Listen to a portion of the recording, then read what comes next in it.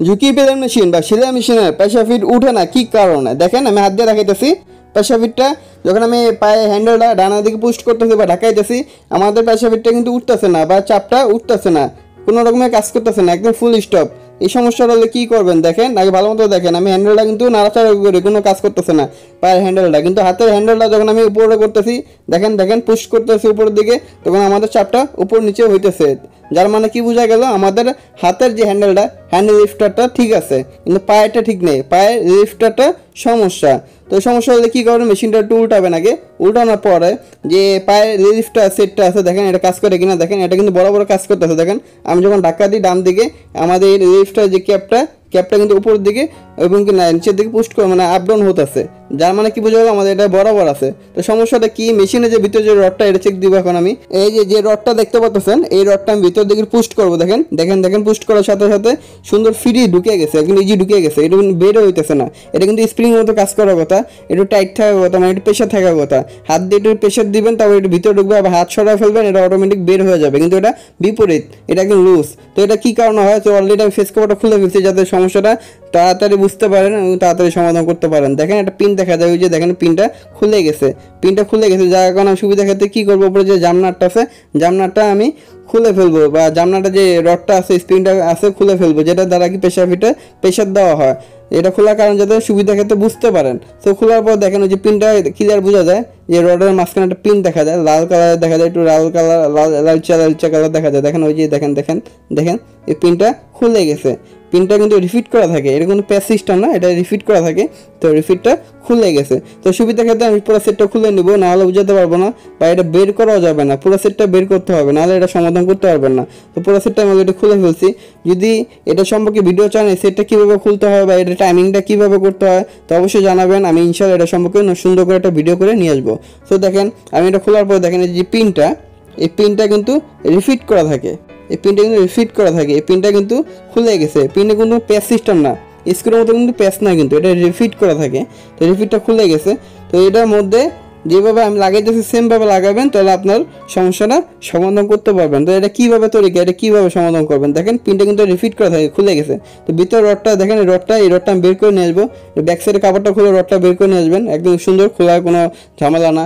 তো রডটা দেখেন, আমি রডটা বসাই আমি দেখাইতেছি দেখেন, রডটা আমি কিন্তু অলরেডি বসাইছি, আবার খোলা আপনাদের দেখাবো এটা কীভাবে থাকে, নাহলে বুঝবেন না কীভাবে থাকে এবং কীভাবে লাগাতে হয়। তো দেখেন আমি খোলার পরে দেখেন পার্ট টু পার্ট আমি খুলে ফেলছি। উপরে যে রডটা একটা লম্বা রডের মাঝখানে একটা রাউন্ড আছে, রাউন্ডের মাঝখানে পিনটা বসবে দেখেন দেখেন, সেমভাবে লাগানোর চেষ্টা করবেন। তো এইভাবে থাকবে, ঠিক আছে। তো যে পিনটা কিন্তু রিফিট করা থাকবে। তো অবশ্যই রডটা বসিয়ে উপরে পিনটা লাগিয়ে নেবেন, পিনটা সুন্দর মতো বসিয়ে নেবেন, সুন্দর মতো বসিয়ে চাপ দিয়ে ধরে ব্যাক সাইডে, এই যে পিছন সাইডে দেখেন, আমি পিছন সাইডে দেখাইতেছি সুন্দর মতো, আগে সুন্দর করে টাইট করে লাগিয়ে দেখেন পিছন সাইডে এটা একটু ঝালাই করে নেবেন। যদি পারেন গ্যাস ঝালাই বা অলিং ঝালাই বা যে কোনো একটা ঝালাই করলে হবে সুন্দর মতো, যাতে বেশি মোটা না হয়। তো দেখেন আমি ঝালাই করবো, এটা আমি আগে ভালো মতো দেখেন এভাবে রাখবেন, আগে এভাবে রাখার পরে তারপর ঝালাই করবেন। দেখেন এই যে দেখতে পাচ্ছেন সেম এরকম থাকবে। তো আমি এটা ঝালাই করছি দেখেন, ঝালাই করে আমি একটু গ্যানিং করে নিছি, এটা আমি একটু ইলেকট্রিক ঝালাই করছি আর কি, ইলেকট্রিক ঝালাই। তো ইলেকট্রিক ঝালাই করলে হবে, আবার গ্যাস ঝালাই করতে পারবেন, কোনো সমস্যা নেই। একটু পাতলা করে ঝালাই করবেন, যাতে মোটা না হয়। বেশি মোটা হলে তাহলে আপনার সমস্যা হবে, তাহলে আপনার দেখা যাবে আপনার চাপু বা পেশাবিটা উপর নিচে করার সময় বাঁচবে, সমস্যা হতে পারে। তো অবশ্যই ঝালাইটা একটু পাতলা যেতে হয়, বেশি মোটা যাতে না হয়। তো আমি এটা লাগাবো, যেভাবে খুঁজছিলাম সেমভাবে লাগাবো। তো এটা লাগানো একটা ঝামেলা, যদি এই সম্পর্কে ভিডিও চান অবশ্যই জানাবেন, আমি আবার বলতেছি। তাই এটা সম্পর্কে আমি সুন্দর করে একটা ভিডিও নিয়ে আসবো, এটা আমি লাগিয়ে দেখাবো এটা কীভাবে লাগানো থাকে বা কীভাবে লাগাতে হয়।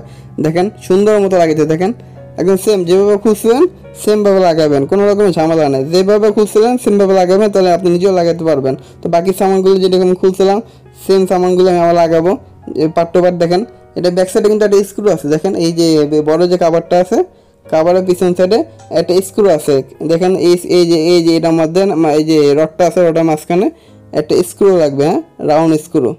এই স্ক্রুটা সুন্দর মতো এটা বসিয়ে টাইট দিয়ে দেবেন, এটা কোনো টাইমিং নেই, এটার শুধু একটা স্ক্রু আছে, স্ক্রুটা রডের মাঝখানে লাগিয়ে দিবেন।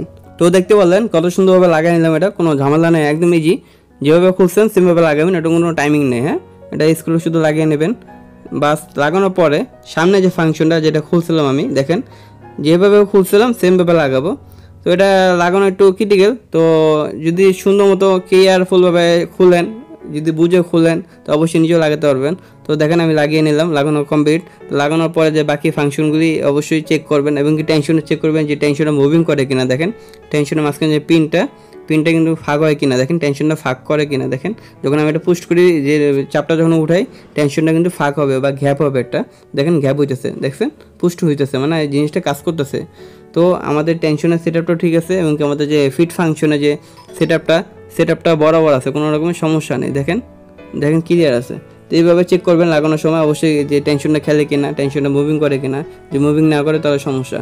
তো আমার বাকি যে সামানগুলো আমি লাগাবো, লাগিয়ে তারপর আমি যে চাপটা উঠিয়ে দেখবো চাপটা উঠে কিনা বা মুভিং হয় কিনা, ভালো মতো ঠিকমতো পুষ্ট হয় কিনা। ঠিক আছে, তো দেখেন আমাদের লাগানো কমপ্লিট, বরাবর হয়ে গেছে।